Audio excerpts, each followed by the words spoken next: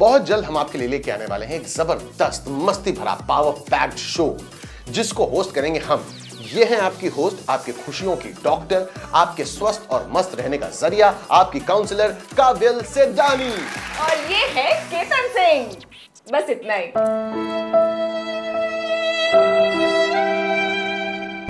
हमारे शो पर आप बहुत कुछ सीखेंगे और सीखने का मतलब ये नहीं कि रोते रोते सीख रहे हैं कि हम आपको पूरे मस्ती और फुल पावर के साथ बहुत कुछ सिखाएंगे। क्या सिखाएंगे?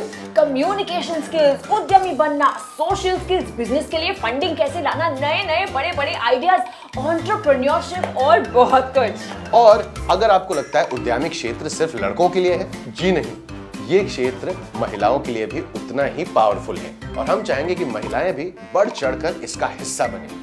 तो हमारे शो का नाम है द युवा उद्यमी कौशल शो। देखना ना भूलिए। बिल्कुल नहीं।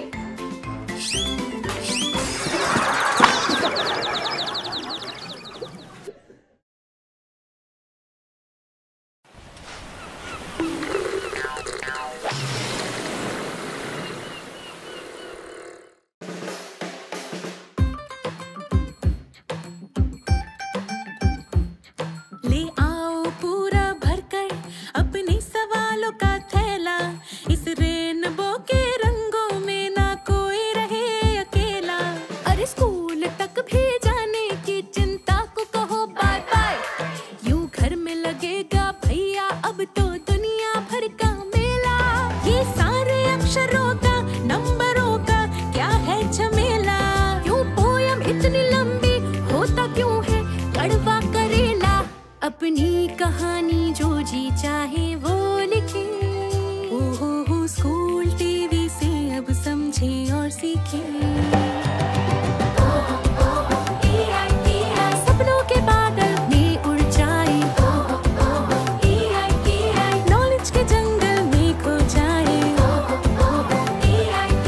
सपनों के बादल में उड़ जाए।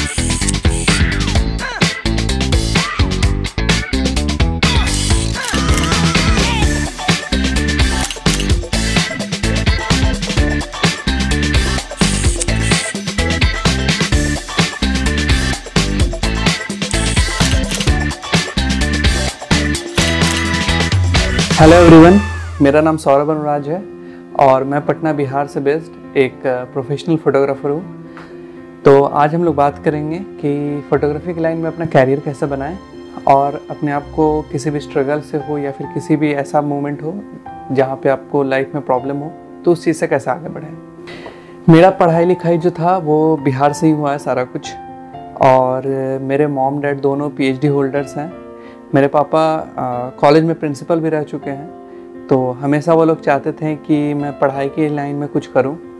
कभी भी ऐसा नहीं हुआ कि मैंने पढ़ाई छोड़ के किसी और चीज़ के बारे में सोचा भी।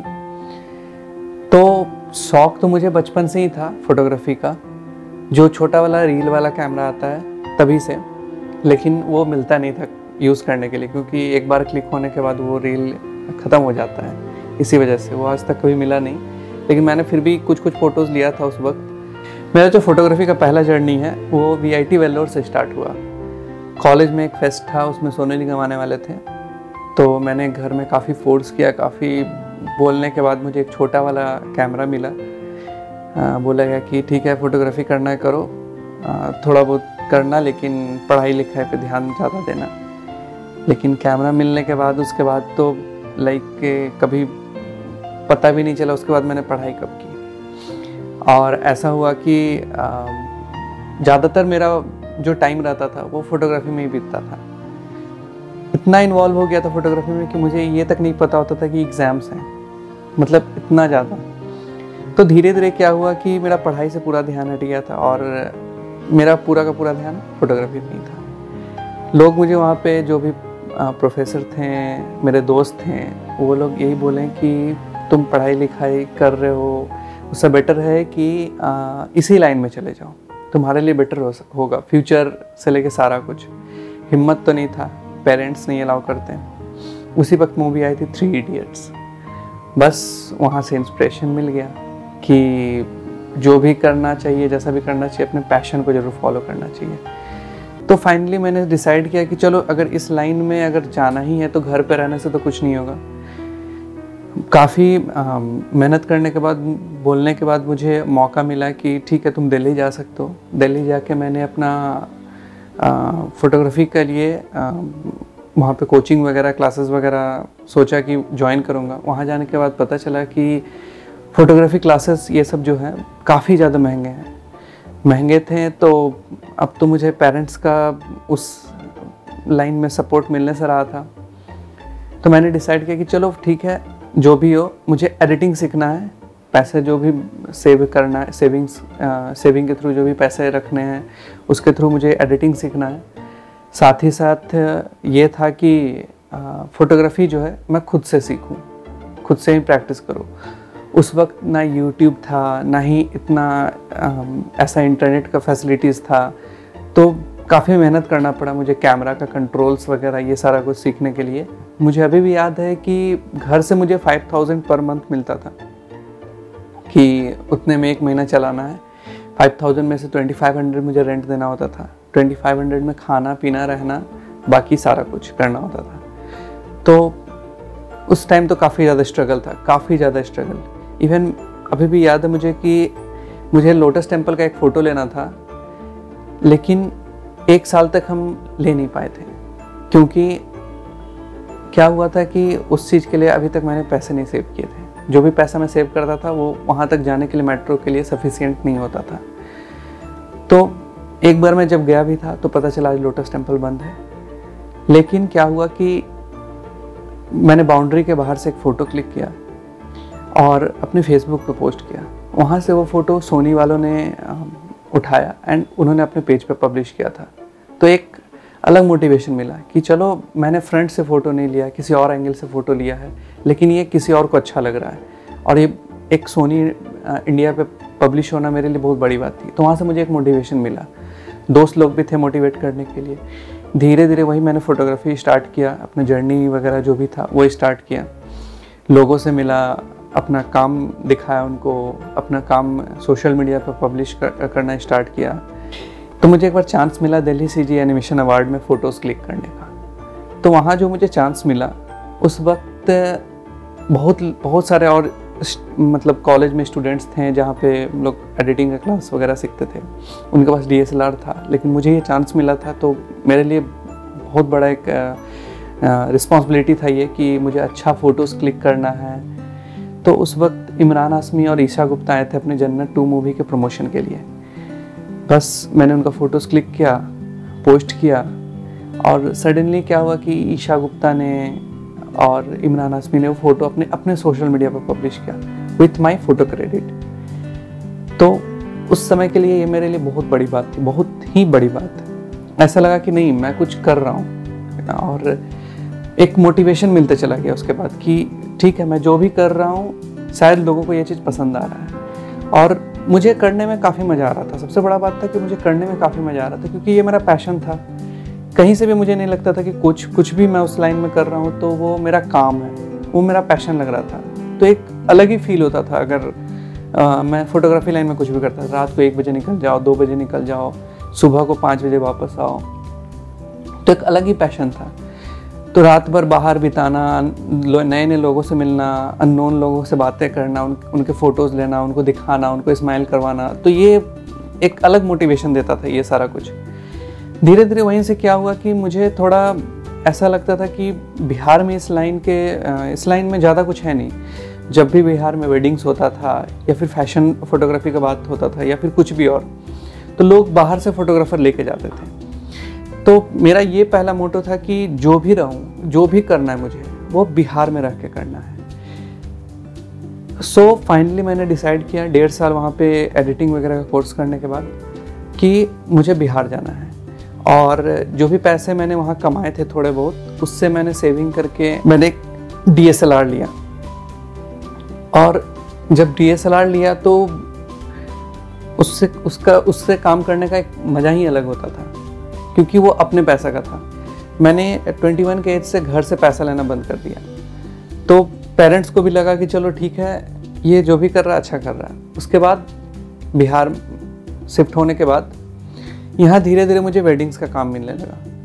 यहाँ पे मैंने काम किया, लोगों से बातें की, अपने फ्रेंड्स और फैमिली जो भी थे उनके यहाँ मैंने बहुत कम में काम किया था।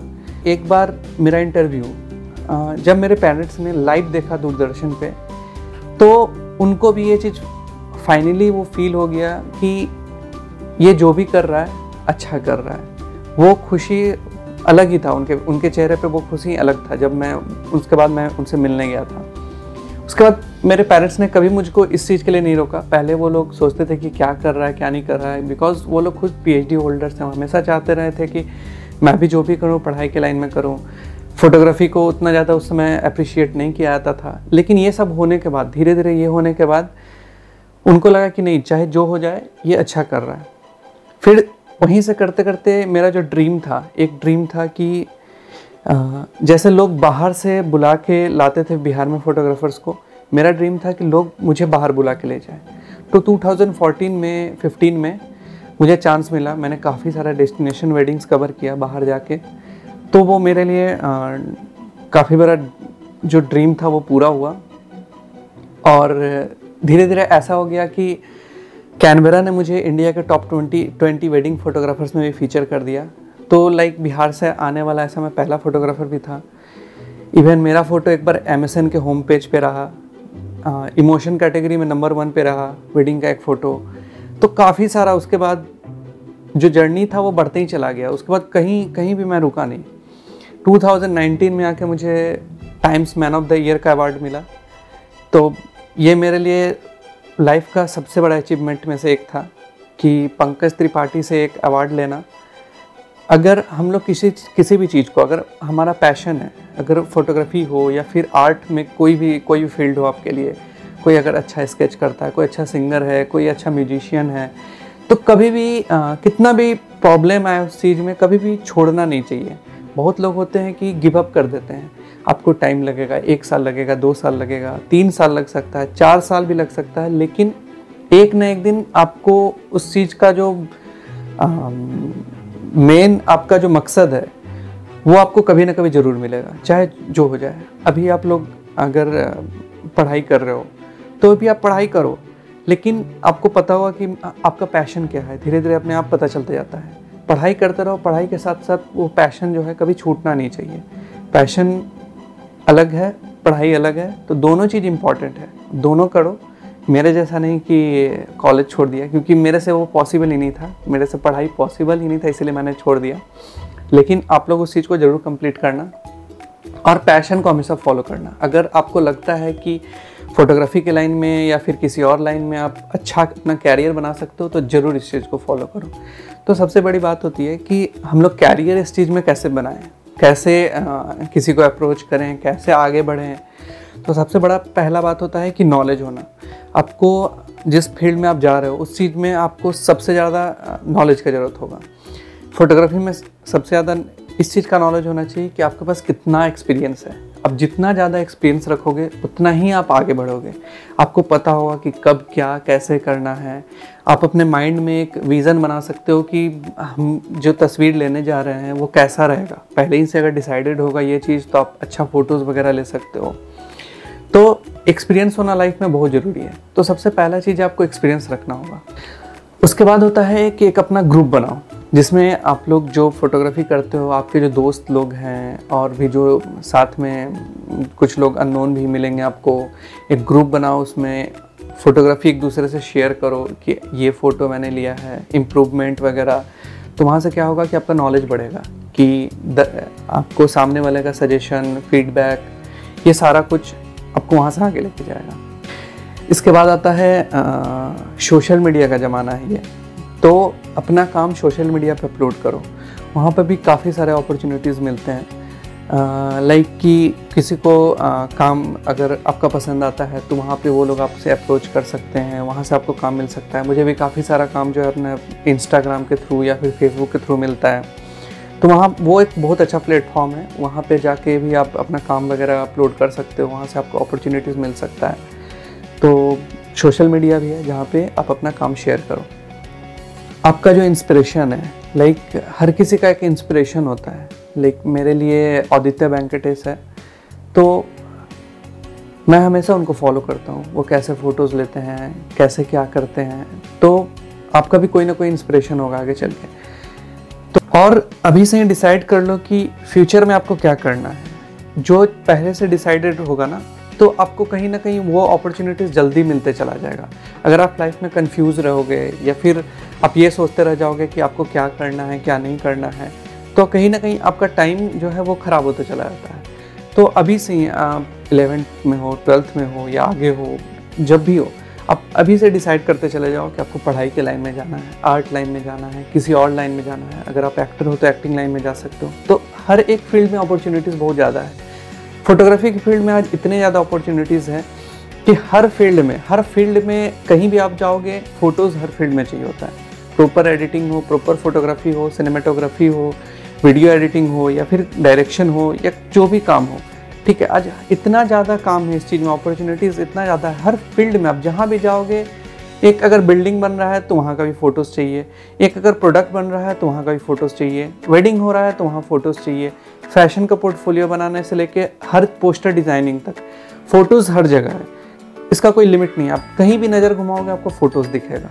तो आप जितना ज़्यादा इन सब चीज़ों में इन्वॉल्व होगे, जितना ज़्यादा अपना विजन बनाते चले जाओगे, आगे का अपना फ्यूचर डिसाइड कर लोगे कि हाँ मुझे ये करना है, उतना ही ज़्यादा अभी से आप अपने अंदर का स्किल जो है वो डेवलप करते चले जाओगे। और बहुत से लोग हैं जो मुझे आज ये पूछते हैं कि फ़ोटोग्राफी में टिप्स वगैरह, ट्रिक्स वगैरह कुछ। तो इसमें इतना कुछ किया जा सकता है, इतना सारा टिप्स है, ट्रिक्स है कि उसका तो कोई लिमिट नहीं है। तो एक सबसे बड़ा एक बात है कि अगर आप किसी भी फील्ड में जाते हैं, फोटोग्राफी के फील्ड में हो या फिर किसी भी फील्ड में हो, तो एक बात हमेशा याद रखना कि आपके आसपास का जितना भी कुछ है, हर चीज़ एक इंस्पिरेशन है। आपके आसपास जितने भी लोग हैं वो हर कोई इंस्पिरेशन है। कभी भी लाइफ में किसी से जेलस नहीं होना चाहिए। जेलस होने से क्या होता है कि आप चाहोगे कि उस इंसान को आप डाउन करो एंड देन ऊपर बढ़ो। आप उस चीज़ से कभी आगे नहीं बढ़ सकते हो। आप चाहोगे कि वो इंसान गिरे और आप वहाँ उस लेवल तक जाओ, देन आप आगे बढ़ो। लेकिन इंस्पिरेशन मानने से क्या होगा कि आप हर किसी के साथ साथ सीखते रहोगे, आगे बढ़ते चले जाओगे। तो इम्पॉर्टेंट ये है कि कभी भी आप अपने आप को ये मत सोचना है कि उसके पास कैमरा अच्छा है तो वो अच्छा फ़ोटो ले सकता है। आप हमेशा ये चीज़ जान लो कि आपका जो विज़न होगा, जो आपका थॉट है, वही आपका हेल्प करेगा। आप अपने अंदर कितना अच्छा इमेज बना सकते हो फ़ोटो लेने के पहले, वो आपको हेल्प करेगा।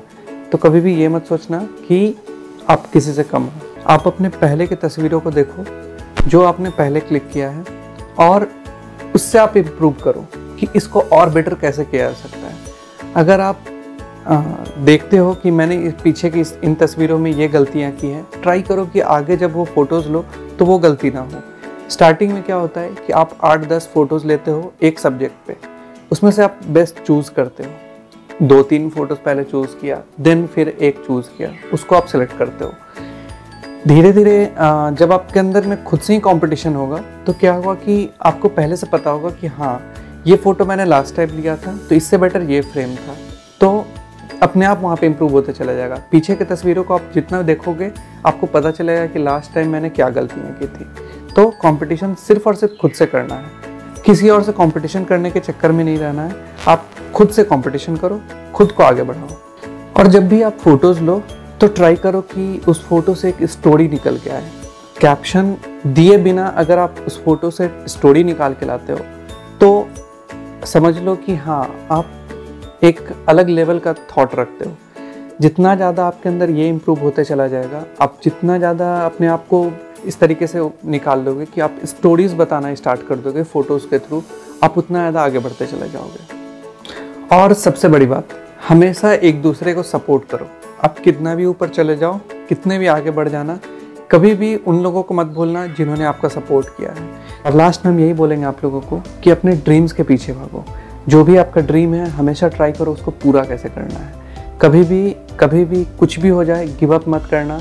टाइम लगेगा लेकिन सब सही होगा। और जो भी आपका पैशन है, जो भी आप जिस चीज़ में भी आप आगे बढ़ना चाहते हो, कैरियर बनाना है, हॉबी बनाना है, या जो भी चीज़ है आपको, कभी भी उस चीज़ में आप गिव अप मत करना। स्ट्रगल आएगा लाइफ में, मेहनत करना होगा, लेकिन कभी ना कभी आप सक्सेस ज़रूर होते हो। आप सभी बच्चों से यह अनुरोध है कि आप भी इस प्रतियोगिता में हिस्सा लीजिए और अपनी एंट्रीज को हमारे पास भेजिए। आप अपनी एंट्रीज हमें 3 तरीकों से पहुंचा सकते हैं। पहला, व्हाट्सएप द्वारा इस नंबर पर भेज सकते हैं। नंबर है 9321961744 9321961744। दूसरा, आप हमें ईमेल भी कर सकते हैं इस मेल आईडी पे BEPCDPROGRAM@gmail.com, या आप हमें डाक के माध्यम से भी अपनी एंट्रीज भेज सकते हैं इस पते पर। गुणवत्ता संभाग, बिहार शिक्षा परियोजना परिषद, शिक्षा भवन, राष्ट्रभाषा परिषद परिसर, सैदपुर, राजेंद्र नगर, पटना 800004। बच्चों, आपको अपनी एंट्रीज हमें इस प्रारूप में भेजनी है। सबसे पहले विद्यार्थी का नाम, फिर विद्यालय का नाम, उसके बाद कक्षा और एकदम अंत में जिला। इस तरह से लिखकर आप अपनी एंट्रीज हम तक पहुंचा सकते हैं। और याद रखें, आप हमें अपनी एंट्रीज आने वाले शुक्रवार शाम 6 बजे तक ही भेज सकते हैं। बचपन से हमारे घर वाले, हमारे रिश्तेदार, हमारे फ्रेंड्स सब लोग हमें पूछते हैं कि आप बड़ा होके लाइफ में क्या करना चाहते हो, आपका उद्देश्य क्या है, आपके लाइफ में गोल्स क्या हैं। जैसे जैसे हम बड़े होते जाते हैं, हमें कहीं ना कहीं ये बात समझ में आने लगती है कि लाइफ में सक्सेसफुल होने के लिए गोल्स होना बहुत जरूरी है। पर कितनी बार ऐसा होता है कि हम बहुत दृढ़ निश्चय के साथ एक गोल बनाते हैं, पर उसे अचीव करने में कहीं ना कहीं कामयाब नहीं हो पाते। क्या जितने लोग जिम जाते हैं सब फिट हो पाते हैं? नहीं ना। ऐसा क्यों है? मेरा नाम है पावनी खंडेलवाल। मैं एक सामाजिक उद्यमी यानी कि सोशल एंटरप्रेन्योर हूँ, और आज इस कक्षा में मैं आपको सिखाने जा रही हूँ कि कैसे हम ऐसे गोल्स यानी कि ऐसे लक्ष्य बना सकते हैं जिन्हें ना केवल हम अचीव कर पाए, हासिल कर पाए, पर साथ ही साथ जिनसे हमें डर ना लगे। तो आइए स्टार्ट करते हैं। स्मार्ट वर्ड को हम कैसे स्पेल करते हैं? SMART। आप सब स्मार्ट बच्चों, आपको ऑलरेडी ये पता है। आप सोच रहे होंगे कि मैं आपको स्मार्ट की स्पेलिंग क्यों बता रही हूँ, पर स्मार्ट गोल्स में एस का क्या मतलब है? स्मार्ट गोल्स में एस का मतलब है स्पेसिफिक। स्पेसिफिक का क्या मतलब होता है? स्पेसिफिक का मतलब होता है स्पष्ट। कई बार हमारा जो गोल होता है वो एक पूर्ण रूप से स्पष्ट नहीं होता, काफी वेग होता है, काफी अस्पष्ट सुनाई देता है। मैं आपको एक एग्जाम्पल देके समझाने की कोशिश करती हूँ। हम सबको डेली अपने माँ बाप से डांट पड़ती है कि सुबह जल्दी उठा करो, इतनी लेट क्यों उठते हो, रात भर फोन पे लगे रहते हो। और हम रोज डांट खा के ये सोचते हैं कि कल सुबह हम पक्का जल्दी उठेंगे। हम गोल बना लेते हैं कि कल तो जल्दी उठना ही उठना है। पर सब लोगों के लिए, हर किसी के लिए जल्दी उठने की परिभाषा अलग होती है। किसी के लिए सुबह के 4 बजे जल्दी होते हैं, तो किसी के लिए सुबह के 8 बजे भी जल्दी नहीं होते। अब आप मुझे देख लीजिए, मेरे को तो सुबह के 8 बजे भी जल्दी नहीं लगता। पर अगर आप जल्दी उठना चाहते हो तो आपका गोल ये नहीं होगा कि आपको सुबह जल्दी उठना है। आपको ऐसा गोल बनाना पड़ेगा जो स्पष्ट हो, मतलब मुझे सुबह 6 बजे जल्दी उठना है। तब जाके आप उस गोल को कहीं ना कहीं अचीव कर पाओगे। एक और एग्जाम्पल लेके इस बात को समझते हैं। हम सब या हम में से बहुत सारे लोग जॉब करना चाहते होंगे। मैं बहुत सारी यंग गर्ल्स से मिलती हूँ जो जॉब करना चाहती है, पर जब मैं उन्हें पूछती हूँ कि आप किस तरह की जॉब करना चाहते हो, तो तो उन्हें एग्जैक्टली क्लियरली नहीं पता होता कि उन्हें कैसी जॉब करनी है। वो कहते हैं कोई भी जॉब जिसमें हम ऑफिस में बैठ के काम कर सके। अगर उन्हें ये पता हो कि उन्हें एक ऐसी जॉब करनी है जहाँ पे उन्हें अकाउंटिंग का काम करना है या टेलीकॉलिंग का काम करना है या डिजाइनिंग का काम करना है, तो उन्हें ज्यादा आसानी से जॉब मिल जाएगी। तो ये तो डिफरेंस हुआ एक स्पष्ट और अस्पष्ट गोल का। पर हम ये कैसे पता करेंगे कि जो गोल हमने सेट करा है हम उसे अचीव कर भी पा रहे हैं या नहीं कर पा रहे हैं? इसके लिए हमें गोल को नापना पड़ेगा, गोल को तोलना पड़ेगा और हर थोड़े टाइम में देखना पड़ेगा कि हम उस गोल की तरफ आगे बढ़ भी रहे हैं या नहीं बढ़ रहे हैं। और इसीलिए स्मार्ट गोल्स का जो दूसरा अल्फाबेट है वो है M, यानी कि मेजरेबल। एक ऐसी चीज जिसे हम तोल सकें, जिसे हम नाप सकें। अब गोल्स को कैसे हम नापेंगे?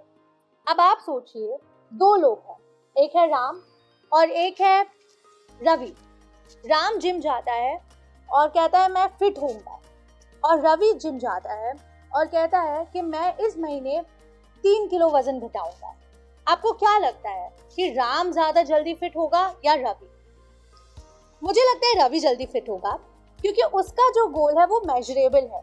वो हर रोज जब वेइंग मशीन पे खड़ा होगा, तराजू पे खड़ा होगा, तो वो देख सकता है कि आज उसने कितना वजन घटाया और 3 किलो वजन कम करने में उसको कितना टाइम लगेगा।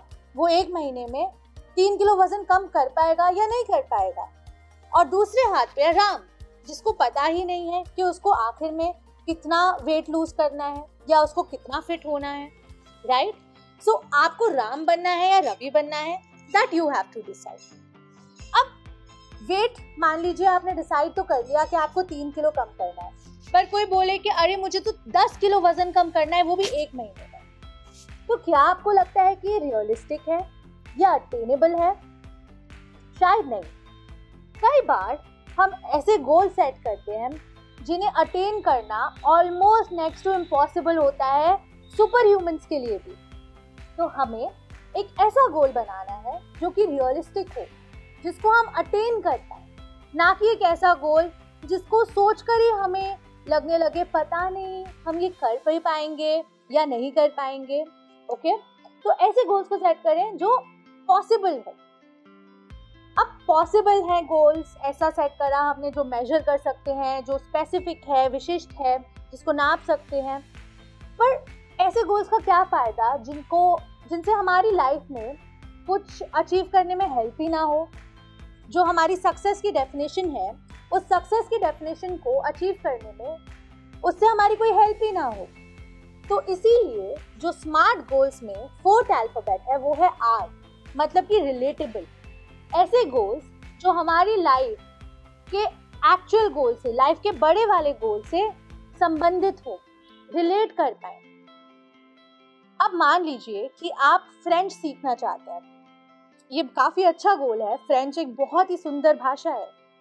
पर क्या फ्रेंच सीखने से आपको आपकी लाइफ का जो एक्चुअल गोल है, मान लीजिए आपकी लाइफ का गोल है मिलियनेयर बनना, तो क्या फ्रेंच सीखने से आपकी लाइफ के मिलियनेयर बनने वाले गोल में कोई हेल्प हो रही है?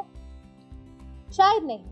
तो ये देखना बहुत जरूरी है कि जो हमारे छोटे छोटे गोल्स हैं वो हमारी लाइफ के बड़े वाले गोल से कोई संबंध रखते हैं या नहीं रखते। और 5वां मोस्ट इम्पॉर्टेंट है T, यानी कि टाइम बाउंड। हम सबको ऐसा लगता है कि हमारे पास बहुत टाइम है, हम काफी टाइम वेस्ट करते हैं।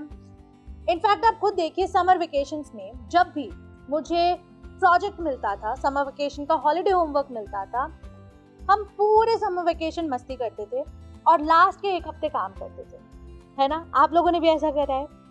पर क्योंकि हमें पता होता था कि यार लास्ट के 1 हफ्ते तो करना ही पड़ेगा, क्योंकि स्कूल चालू होने वाला है, क्योंकि डेडलाइन होती थी, तो हम उसे कैसे भी करके, चाहे दिन रात एक करके हम अचीव कर ही लेते थे।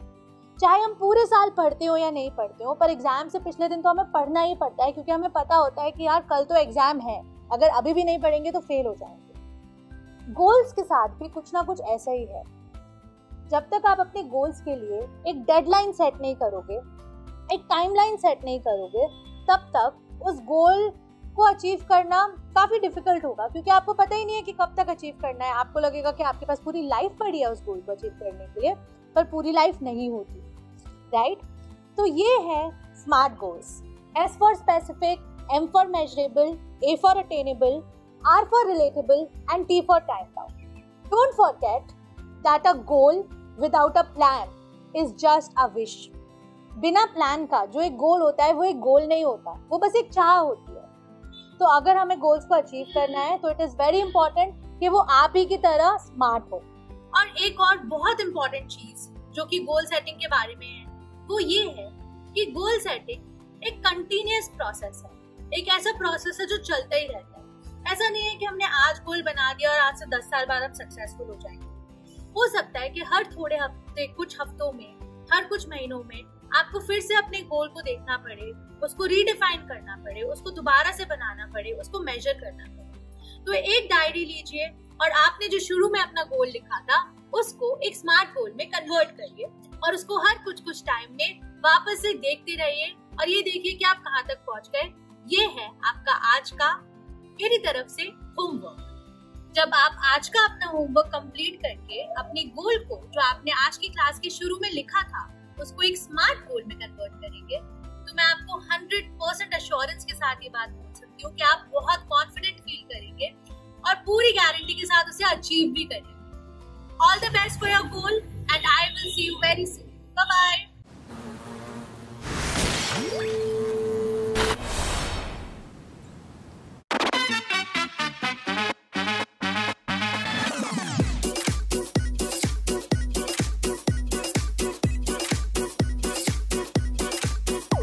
बहुत जल्द हम आपके लिए लेके आने वाले हैं एक जबरदस्त मस्ती भरा पावर पैक्ड शो जिसको होस्ट करेंगे हम। ये हैं आपकी होस्ट, आपके खुशियों की डॉक्टर, आपके स्वस्थ और मस्त रहने का जरिया, आपकी काउंसलर काबिल सेडानी। और ये है केतन सिंह। बस इतना ही।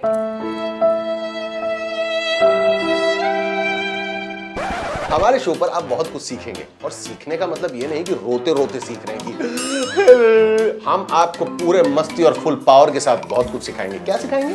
कम्युनिकेशन स्किल्स, उद्यमी बनना, सोशल स्किल्स, बिजनेस के लिए फंडिंग कैसे लाना, नए नए बड़े बड़े आइडियाज, एंटरप्रेन्योरशिप और बहुत कुछ। और अगर आपको लगता है उद्यमिक क्षेत्र सिर्फ लड़कों के लिए है, जी नहीं, ये क्षेत्र महिलाओं के लिए भी उतना ही पावरफुल है और हम चाहेंगे कि महिलाएं भी बढ़ चढ़कर इसका हिस्सा बने। तो हमारे शो का नाम है द युवा उद्यमी कौशल शो। देखना ना भूलिए। बिल्कुल नहीं।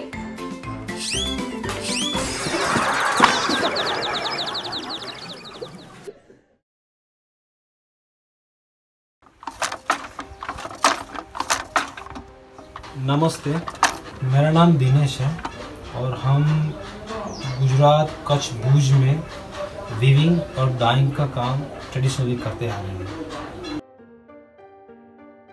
आज हम नेचुरल इंडिगो जो एक फर्मेंटिंग प्रोसेस है वो कैसे डाइंग होता है और उसका प्रोसेस क्या है वो देखेंगे और समझेंगे। यहाँ वूल और कॉटन के ऊपर ज़्यादातर डाइंग हो रहा है। सिर्फ अभी लास्ट 20 साल में डाइंग हो रहा है लेकिन वो बहुत ही कम है। तो आज हम नेचुरल इंडिगो कॉटन के ऊपर कैसे डाइंग हो रहा है वो देखेंगे।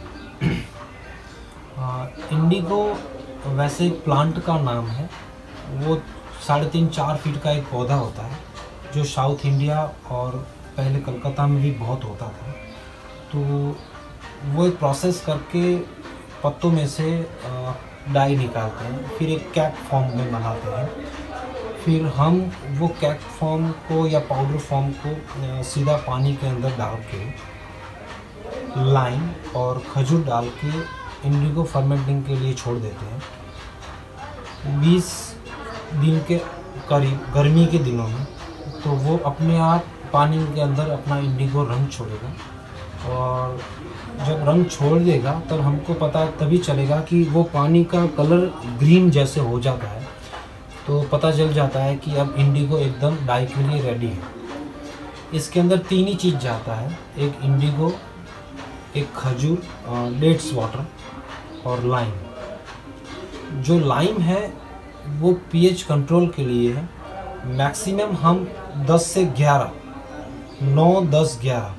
कॉटन के लिए 10 भी लेते हैं तो भी चलता है। अगर वूल डाइंग है तो हम 9 पीएच लेते हैं। और खजूर का जो काम है वो यही है कि इंडिगो इतना सॉलिड है कि वो सीधा रंग छोड़ेगा नहीं पानी के अंदर। मतलब वो चीनी जैसा नहीं है कि पानी के अंदर डाला और हिलाया और घुल गया। वो पानी के अंदर तो रहेगा लेकिन वो घुलेगा नहीं। तो खजूर का काम इसके अंदर यही है कि वो इंडिगो को अपने आप घुलाएगा, मतलब वो फर्मेंटिंग प्रोसेस हो गया। तो वो घुलने के बाद हम उसको कंट्रोल करेंगे पीएच के साथ अल्कलाइन में 10-11। तो 20 दिन के बाद वो अपने आप इंडिगो वैट रेडी हो जाता है। तो फिर रेडी हो जाने के बाद फिर हम सीधा यार्न को डाई कर पाते हैं। जैसे आज हम अभी ये वैट रेडी है, हमारे पास अभी 11 वैट है। एक वैट में 200 लीटर का पानी है, तो हम उसके हिसाब से इंडिगो 1 केजी के हिसाब से डालते हैं 200 लीटर में। और खजूर वीक में एक बार 200 ग्राम के करीब उसका पेस्ट बना के पानी डालते हैं। और पीएच डेली चेक करते हैं कि पीएच, क्योंकि गर्मी के दिनों में पीएच बहुत ही अप एंड डाउन होता है। तो जैसे हम 10 आज लेते हैं तो नेक्स्ट दिन अगर हम देखेंगे तो वो 8, 8.5, 9 भी पीएच हो जाता है। तो फिर से हम थोड़ा सा लाइम डाल के उसको पीएच कंट्रोल करते हैं। मतलब इसको डेली देखना है, डेली देख के उसको पीएच देखना है। और वीक में एक बार खजूर का पानी डालना है कि वो इंडिगो जितना भी नीचे है वो धीरे धीरे खजूर के पानी के साथ घुलता है, मतलब मिलता रहे और अपना रंग छोड़ता रहे। तो आज हम यार्न डाई कॉटन के ऊपर नेचुरल इंडिगो कैसे हो रहा है वो सीधा यार्न दें। ये यहाँ का लोकल ऑर्गेनिक कॉटन है और ये यहाँ ही ग्रो होता है और यहाँ ही स्पिनिंग होता है। तो आज हम देखते हैं ये डाई कैसे होता है। ये अभी नेचुरल वाइट फॉर्म में है, तो हम देखेंगे कि ये ब्लू हो जाएगा। तो जैसे हम पानी के अंदर यार्न डालते हैं तो अगर हम देखेंगे तो ग्रीन हो जाएगा, तो मतलब इंडिगो एकदम सही चल रहा है, तभी ये ग्रीन होता है। वरना अगर फर्मेंटिंग नहीं हो रहा है या फर्मेंटेशन स्लो है या हमने उसको अच्छी तरह केयर नहीं किया है तो पानी ब्लू ही होता है, वो ग्रीन नहीं होता। और ये हमने ज़मीन के अंदर लगाया है।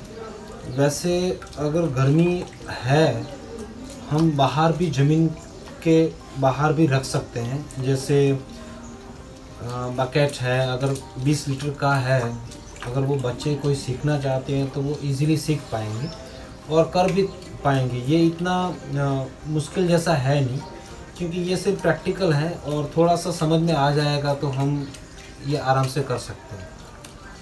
और किसी बच्चे को सीखना भी है या ज़्यादा समझना है तो बच्चा सीधा क्वेश्चन भी कर सकते हैं और हमसे सीधा पूछ भी सकते हैं। उनको जो इसमें मटेरियल यूज़ होता है, इंडिगो या लाइम या खजूर, वो उनको बाज़ार से भी मिल जाएगा। अगर नहीं मिल रहा है तो हमको भी पूछेंगे तो हम भी उनको दे सकते हैं। हमारा मेन काम वीविंग का ज़्यादा है, बुनाई का।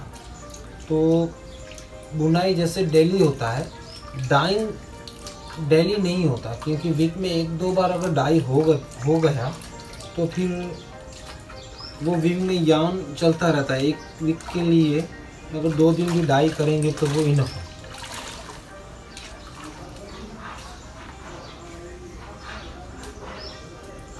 और ये नेचुरल इंडिगो या नेचुरल डाइंग का सबसे बड़ा खूबी यही है कि ये अगर 200 लीटर पानी है तो ये 200 लीटर पानी 1 साल यही पानी चलता रहेगा। मतलब पानी का इतना ज़रूर नहीं है। बाकी केमिकल जो इंडस्ट्रीज़ हैं वो डाई करते हैं तो वो पानी का बहुत ही ज़्यादा उपयोग करते हैं। नेचुरल डाई में खूबी भी यही है कि सब कुदरत से लिया हुआ चीज़ इसमें यूज़ होता है, कुछ भी केमिकल नहीं है। मतलब पर्यावरण का बहुत ही अच्छा इसमें रक्षण होता है। तो हम तो यही कहेंगे जितना ये नेचुरल डाइज यूज़ होगा तो जितना भी पॉल्यूशन हो रहा है उसमें हमारा से जितना भी सहयोग हो सके वो हम कर सकते हैं। बच्चों को एक बार प्रैक्टिकल करना चाहिए तो आगे जाके उनको लाइफ में कभी भी इस चीज़ में प्रॉब्लम हो तो उनको वो पता हो। और किसी बच्चे को ये सीखना है तो वो घर के अंदर छोटा सा 20 लीटर या 30 लीटर का वेट लगा के आराम से सीख सकते हैं और प्रैक्टिकल भी कर सकते हैं। इसमें ऐसा कुछ है नहीं, 2 ही 3 चीज़, इंडिगो मतलब इंडिगो का पाउडर मिलेगा बाज़ार से, अगर नहीं मिलता है तो हम उसको दे देंगे, फिर लाइम है और खजूर है, तो ये दोनों चीज़ तो आपको बाज़ार में इजीली मिल जाएगा। वो बच्चे आराम से घर पे प्रैक्टिकल करके वो सीख सकते हैं। और कुछ भी उसको क्वेश्चन जैसा है या उसको समझ में नहीं आता है तो हमको वो डायरेक्टली पूछ सकते हैं या हमसे वो मदद ले सकते हैं, हम उनको बताएंगे कैसे करना है। और ये एक्टिविटी करने जैसा है क्योंकि क्राफ्ट के साथ साथ एक नॉलेज जो हम बोलेंगे, क्योंकि ये साइंस का ही सब्जेक्ट है कि फर्मेंटिंग हो रहा है, इसमें अल्कलाइन का पानी रखना है, तो ये चीज़ें ऐसी हैं कि बच्चों को एकदम जादू जैसा ही लगेगा। और इसका सबसे बड़ा जादू तो यही है कि पानी ग्रीन है और जो डाई होगा वो ब्लू होगा, वही उसका सबसे बड़ा मैजिक है। तो जो बच्चे करेंगे उसको बहुत ही इंटरेस्ट होगा और वो करेंगे तो उनको बहुत ही अच्छा लगेगा। मम्मी मैंने पपी मांगा था, इसको क्यों लेके आए हो? ये सीधी बैठ, तुझे रास्ते के सिग्नल से उठा के लाए थे, पता है ना? भूखी प्यासी बैठी थी, वो तो हमको दया आ गई इसलिए गोद ले लिया। मम्मा सुनो। हाँ दीदी को बोले इंस्टाग्राम पे अपने बॉयफ्रेंड के साथ चैट करी, काम कुछ करनी चाहिए, फेल हो जाएगी। पापा इसको बोलो मेरी चुगली नहीं करे वरना वॉशिंग मशीन में डाल दूंगी। क्या कलर मेरा अडॉप्टेड मैं कंप्लेंट कर दूंगी, मैं कंप्लेंट कर दूंगी। किससे क्यों ना? मम्मा ये देखो मार रही है, मम्मा। मैं मार रही हूँ। क्या आपके पास भी है ऐसा कोई इरिटेटिंग भाई या बहन जिनके साथ आपका रिश्ता कॉम्प्लिकेटेड भी हो, उनसे प्यार भी है लेकिन मानेंगे नहीं, गुस्सा बहुत है, चिढ़ भी है, कभी कभी लगता है घर से बाहर फेंक दे, लेकिन ना उनके साथ रह सकते ना उनके बिना। Absolutely correct. चलिए आज बात करते हैं सिबलिंग राइवलरी की आपकी फेवरेट काउंसलर काव्या सिदारी के साथ। यार ये भाई बहनों का रिश्ता इतना कॉम्प्लिकेटेड होता क्यों है? सिंपल क्यों नहीं हो सकता? मुझे ये पता है कि मैं सबसे पहली लड़की थी घर में और मैं मेरे माँ बाप के प्यार की निशानी थी, और जो दूसरा और तीसरा आया मेरे पीछे, मेरे मम्मी पापा ने मुझे ये कहा कि ये तुम्हारी कंपनी के लिए है, तुम्हारे खेलने के लिए है, तुम्हारे दोस्त है, हमेशा तुम्हारे साथ रहेंगे। तो ये बार बार मुझसे झगड़ा क्यों करते हैं, मेरी बात क्यों नहीं सुनते? इसलिए गुस्सा तो मुझे भी बहुत आता है कि इतना कॉम्प्लिकेटेड करने की क्या जरूरत थी, मैं अकेली ही ठीक थी ना। लेकिन मैं ये एडमिट नहीं करना चाहती कि मुझे मेरे भाई बहनों से फायदा भी बहुत मिला है। लेकिन पहले मैं आपको ये बताऊं कि मुझे बुरा किस चीज का लग रहा है। मुझे बुरा इस चीज का लग रहा था पहले से, जब मैं अकेली थी घर में, तब मेरे पीछे मेरे मम्मी पापा, दादा दादी, नानी नाना, काका चाची, मामी, सब लोग मेरी उंगली के इशारों पे घूमते थे। जो मुझे खाना रहता था वही बनता था, मुझे जहाँ जाना रहता था वहाँ सब लोग जाते थे, जब मैं सो जाती तो घर बंद हो जाता। लेकिन ये 2 शैतान आए, उसके बाद मेरा राज ही खत्म हो गया। अब ये अपसेट होने वाली बात है या नहीं? जरूर है, और मेरे जैसे आपको भी बुरा लग रहा होगा। ऐसी बहुत सारी और रीजंस है जिसकी वजह से मुझे बहुत बुरा लगता था। एक तो ये कि जब दूसरे और तीसरे बच्चे आए तब मुझे सडनली बोल दिया गया कि अब तुम बड़ी हो, अब तुम उनका ध्यान रखो, अब तुम मस्ती नहीं कर सकती, तुम जैसा करोगे वैसा ये लोग तुमको देख के करेंगे। अरे वो लोग गड़बड़ करें उसमें मैं क्या करूं? जब वो कुछ अच्छा काम करते हैं उसका क्रेडिट तो मुझे मिलता नहीं है, लेकिन अगर उन्होंने मस्ती की, गड़बड़ की, कुछ तोड़ फोड़ दिया ना, तो सीधा मेरे नाम पे काव्या ध्यान क्यों नहीं दे रहे हो, तुम बड़े हो, उसको लग जाएगा, देखा करो थोड़ा सा। मेरी क्या गलती, मुझे क्यों बोल रहे हो? ऐसा लग रहा था जैसे रातों रात मैं घर की रानी में से बड़ी बहन बन गई। और बड़ी बहन बनने में ना इतना कोई मजा नहीं है, छोटों का सिर्फ ध्यान ही रखना पड़ता है। उन्होंने कुछ गड़बड़ की तो डांट मुझे खानी पड़ती थी। लेकिन मैंने आपको ये नहीं बताया कि मुझे फायदे क्या हुए भाई बहनों के। जब मेरी बहन आई ना तो मुझे सच में एक फुल टाइम खिलौना मिल गया। फुल टाइम कोई मिल गया जिसको मैं प्यार कर सकूं, हग कर सकूं, किस कर सकूं, जिसके साथ मस्ती भी कर सकूं, और अगर थोड़ा सा गुस्सा आए ना तो बड़बड़ बड़बड़ बड़बड़ बड़बड़ करके डांट भी सकूं। मैं जितना भी बड़बड़ बड़बड़ करती थी ना उसको कुछ समझ में नहीं आता था, वो फिर भी हंसती रहती थी मेरे सामने। फिर वो बड़ी हो गई तो वो भी अलग सा बड़बड़ करने लगी, वो अलग चीज है। लेकिन मेरे भाई बहनों के आते से ही मैंने बहुत सारी चीजें सीखी। मैंने ये सीखा कि दुनिया के जो बाहर लोग हैं उनसे कैसे बर्ताव करना है, नए फ्रेंड्स कैसे बनाने हैं, छोटे बच्चों के जैसे मजा कैसे लेना है हर चीज का। उनका कंसंट्रेशन और फोकस इतना ज्यादा था कि उनसे कंपटीशन करते करते करते करते मेरी पढ़ाई भी फर्स्ट क्लास हो गई। उनके साथ खेलने में, रात को भूतों की स्टोरी सुनाने में बहुत मजा आता था। अब मैं याद करती हूँ कि अब हम सब बड़े हो गए हैं, छोटे थे तो कितना मजा आता था। छोटे छोटे घर रहते थे, सोने के लिए इतनी ही जगह रहती थी, लेकिन एक दूसरे के ऊपर टांग पे टांग चढ़ा के बहुत मस्त से सोते थे हम लोग। आप भी ऐसे ही सोते होंगे ना अपने घर पे, आपके भाई बहनों को ऐसे कडल करके, हग करके। बहुत मजा है ये भाई बहन के रिश्ते में। लेकिन कुछ गलत फहमियां इस रिश्ते को खट्टा कर देती हैं, और वो गलत फहमियां ये हैं कि जब भाई और बहन झगड़ा करते हैं तो माँ बाप अक्सर आ जाते हैं झगड़े को सुलझाने। फिर वो लोग बोलते हैं तुम ऐसा मत करो, तुमने ये गलत किया, तुमने वो सही किया, तुमने क्यों परेशान किया इसको उसको। हम समझ बैठते हैं कि हमारे माँ बाप किसी एक की तरफदारी कर रहे हैं। नहीं, वो किसी की तरफदारी नहीं कर रहे हैं। हमारे माँ बाप दोनों या तीनों बच्चों को बहुत ज्यादा प्यार करते हैं। उन्हें तो बस ये चाहिए कि हम सेफ रहें, सुरक्षित रहें, इतना झगड़ा ना कर ले कि किसी की आंख फूट जाए या कान में लग जाए, वो तो प्रॉब्लम हो जाएगा ना। इसलिए हमको शांत रखने के लिए वो भी जब हड़बड़ा जाते हैं, कभी कभी उनको समझ में नहीं आता कि क्या बोलना चाहिए, क्या नहीं बोलना चाहिए। इस गलतफहमी को अगर हम जिंदगी भर पकड़ के बैठेंगे ना अपने नजदीक, तो हम भाई बहनों से पूरी तरह से प्यार नहीं कर पाएंगे, उस रिश्ते को पूरी तरह से एंजॉय नहीं कर पाएंगे। इन तरफदारियों वाले जो किस्से हैं आपके दिमाग में, लेकिन मम्मी ने ये किया था, लेकिन पापा ने वो किया था, उसको जाने दीजिए कचरे के डब्बे में। पुराना हो गया, अब उसको जरूरत नहीं है आपके साथ लगा के रखने की। फिर ये भी एक बहुत बड़ी गलतफहमी हो जाती है कि जब हमारे माँ बाप हमें कहते हैं कि तुम्हारी बड़ी बहन से सीखो, वो ये कितना अच्छा कर रही है, या तुम्हारे छोटे भाई से सीखो, वो ये कितनी नम्रता से बात करता है। इसका मतलब ये नहीं है कि वो हमको नकार रहे हैं और किसी और को ज्यादा बढ़ावा दे रहे हैं। इसका मतलब ये नहीं है कि वो हमें एक्सेप्ट नहीं करते या हमें प्यार नहीं करते। इसका मतलब सिर्फ ये है कि उनको वो चाहिए कि हम हमारे सबसे बेहतर पर्सनालिटी या सबसे बेहतर वर्जन बन जाएं।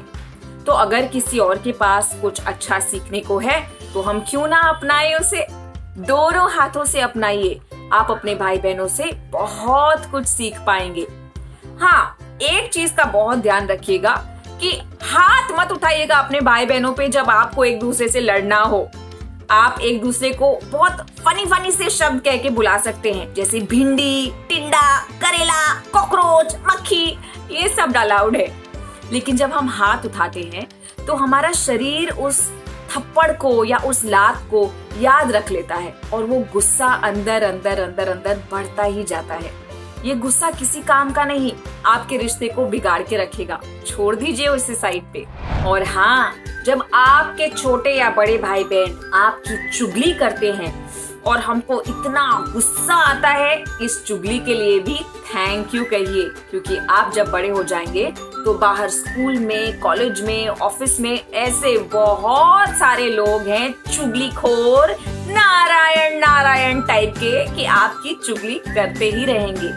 तो आपके भाई बहन आपको एक्चुअली ट्यूशन दे रहे हैं कि कोई आपकी चुगली करे तो आपको क्या करना चाहिए? हंसी मजाक में उड़ा दो, उनकी भी चुगली करो और जाने दो।